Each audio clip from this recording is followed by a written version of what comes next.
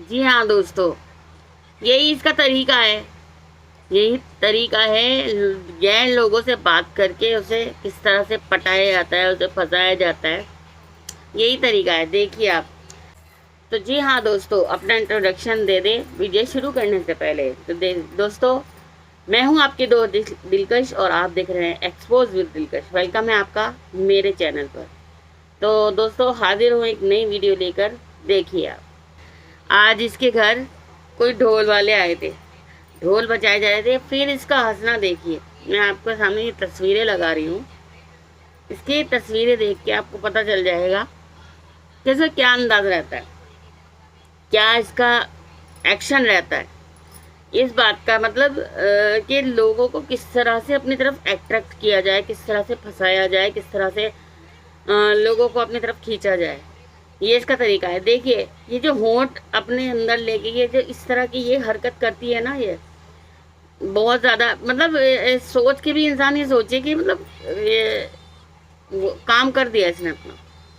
और वो जो ढोल बजाने वाला है ना, कंटिन्यू उसकी तरफ देख रहा है। अब दोस्तों, ये वाकया आज सुबह का है, सुबह वीडियो डाली है इसने, आज का ही है। तो इसके रात में तो लप्पू जो था वो बेचारा जेल में चला गया था, क्योंकि उसे पुलिस वाले पकड़ के ले गए थे। वो क्यों ले गए थे? क्योंकि उसने पुलिस जब वो बाइक चला रहा था नशे में, जाहिर सी बात है वो तो जब उसने कहा तो उसका चालान हो जाता, लेकिन चालान इसलिए नहीं हुआ क्योंकि उसने धमकी देना शुरू कर दिया। मैं तो सीमा का पति हूँ। सीमा को यहाँ का प्राइम मिनिस्टर समझ रहा है कि लप्पू। तो पुलिस ने वो एक अच्छा काम किया। जैसे ही उसने सीमा का नाम लेके मैं सीमा का पति हूँ, सीमा का पति हूँ, तुम क्या कर लोगे, पुलिस ने पकड़ के उसे जेल में डाल दिया। हालांकि वहाँ पे चालान हो जाना चाहिए था, और नशे में तो गाड़ी चलाना जुर्म है ना। तो उसे पुलिस पकड़ के ले गई। उसके बाद सीमा को जब पता चला तो एसएचओ जो इनकी गोदी में सोते हैं, भाई जाहिर सी बात है, जब इनके ऊपर कोई चार्जशीट दाखिल नहीं हो रही है, इनको पकड़ा नहीं जा रहा है, इतना ये जुर्म कर रहे हैं, बच्चों का धर्म परिवर्तन करा दिया, कुछ ही नहीं हो रहा है इसके ऊपर, तो जाहिर सी बात है वो पुलिस इनके तलवे चाटती होगी। तो एसएचओ को फ़ोन किया तो एसएचओ ने इसे कहा कि नहीं, ऐसे नहीं मिलेगी उसे बेल, तुम्हें यहाँ आना पड़ेगा। सीमा अपने जेठ के साथ लप्पू को छुड़ा कर लाई। जाहिर सी बात है एसएचओ ने क्या करवाया होगा। आप भी इस गंदी औरत, ये गंदी औरत यही काम करने के लिए यहाँ पे इंडिया को भी गंदा कर रही है। और दोस्तों, हैरत की बात यह है कि जिस रबूपुरा में ये रह रही है, उस रबूपुरा में लोग कितने कमज़ोर लोग हैं कि ये पूरे रबूपुरा पे राज कर रही है, और रबूपुरा के लोग कुछ नहीं कर पा रहे, कुछ नहीं कह रहे। कहीं और होती है तो क्या इस तरह से राज कर सकती थी? कभी नहीं कर सकती थी। और हमारे एरिया में आ जाती तो हम तो सबसे पहले प्रोटेस्ट करते, हम सबसे पहले, क्योंकि रबूपुरा के लोगों को चाहिए कि इस गंदगी को बाहर करें। पूरे रबूपुरा को गंदा कर रखा है इस औरत ने। एक बाहर से आई हुई इलीगल औरत हम लोगों पर राज करना चाहती है, तो जहाँ पे वो रहती है उन लोगों के लिए बहुत आसानी है ये काम करना।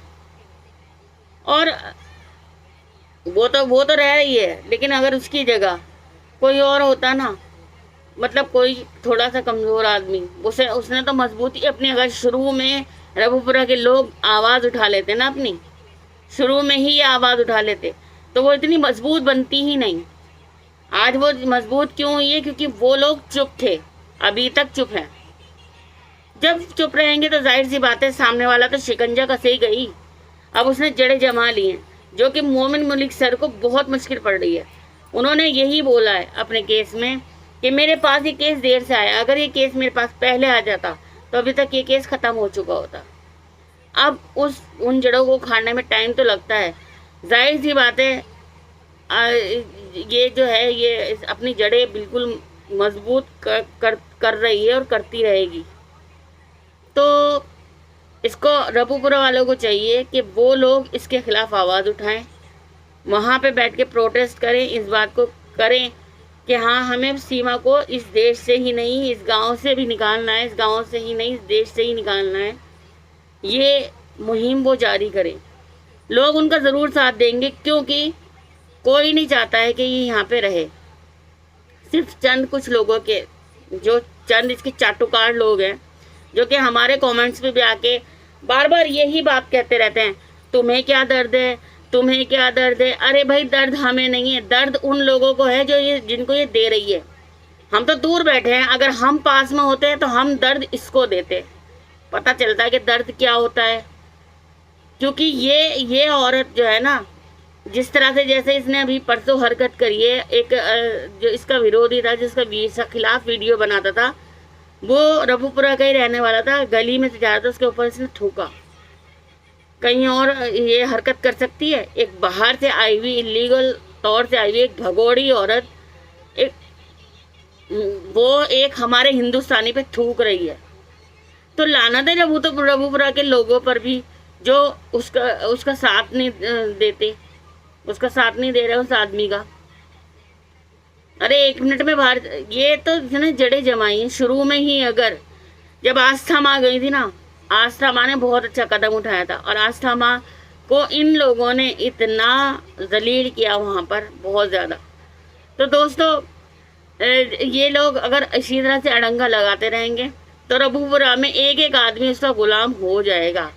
क्योंकि हमें भी अभी इस केस में कुछ भी नज़र नहीं आ रहा है।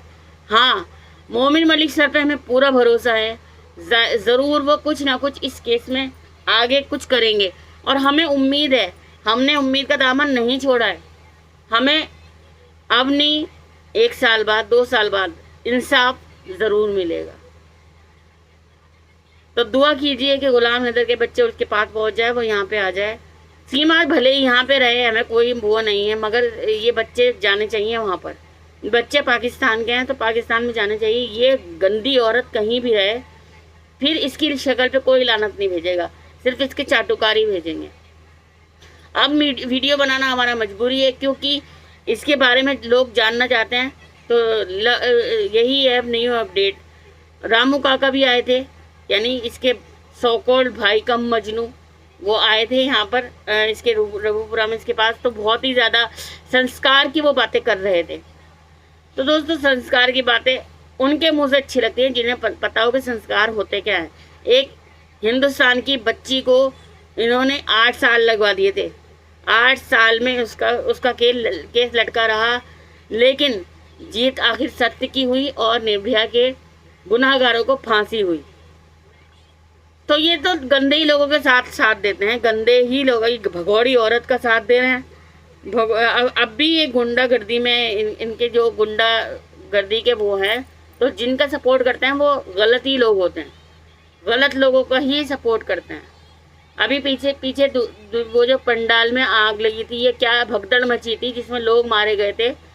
तो एक बाबा थे कोई जिनका ये साथ दे रहे थे, बाबा का भी केस यही लड़ रहे थे।